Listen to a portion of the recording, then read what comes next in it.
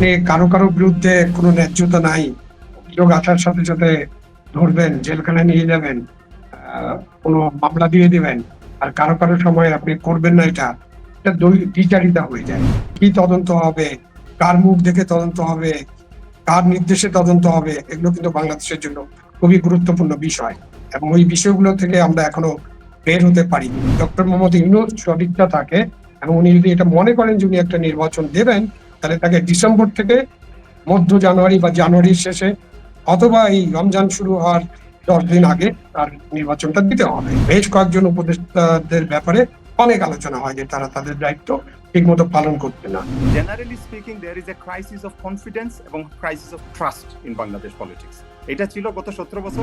রাত ভঙ্গ হয় যখন একজন উপদেষ্টা বা কয়েকজন উপদেষ্টা বলেন এই সরকারকে জনগণ 5 বছর দেখতে চায়।